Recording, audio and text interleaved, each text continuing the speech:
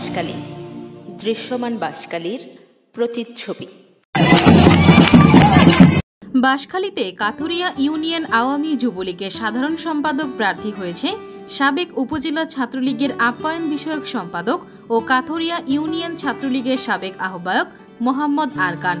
Kathuria union যুবলীগের ত্রিবার্ষিক সম্মেলনে বিশাল মিছিল নিয়ে যোগদান করেছিলেন। খোঁজ নিয়ে জানা যায়, ইউনিয়ন আওয়ামী যুবলীগের সাধারণ সম্পাদক প্রার্থী মোহাম্মদ আরকান একজন কর্মী বান্ধব নেতা। আওয়ামী লীগ, যুবলীগ, ছাত্রলীগ ও সহযোগী অঙ্গ সংগঠনের নেতাকর্মীদের মধ্যে তার ব্যাপক গ্রহণযোগ্য রয়েছে। কাথুরিয়া ইউনিয়ন যুবলীগের সাধারণ সম্পাদক প্রার্থী মোহাম্মদ আরকান বলেন, যুবলীগের সৎ, যোগ্য নেতৃত্ব এখন সময়ের দাবি।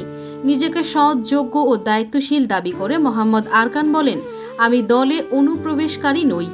ছাত্রজীবন থেকে সততার সঙ্গে বঙ্গবন্ধুর আদর্শ বুকে ধারণ করে রাজনীতি করে যোগ্যতার পরিচয় দিয়েছি।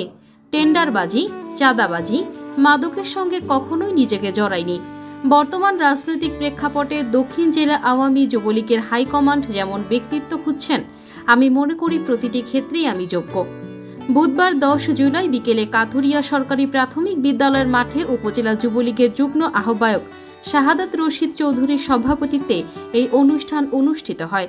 সম্মেলনে উদ্বোধক হিসেবে উপস্থিত ছিলেন বাঁশখালী উপজেলা আওয়ামী যুবলীগের আহ্বায়ক নুরুল মোস্তফা চৌধুরী সংগ্রাম। এ সময় প্রধান অতিথি ছিলেন চট্টগ্রাম দক্ষিণ জেলা আওয়ামী যুবলীগের সভাপতি দিদারুল ইসলাম চৌধুরী। উপজেলা যুবলীগের যুগ্ম আহ্বায়ক আরিফ মঈনুদ্দিন ও সেলিম উদ্দিন চৌধুরীর যৌথ সঞ্চালনায় সম্মেলনে প্রধান বক্তা ছিলেন চট্টগ্রাম দক্ষিণ জেলা যুবলীগের সাধারণ সম্পাদক জহুরুল ইসলাম জহুর।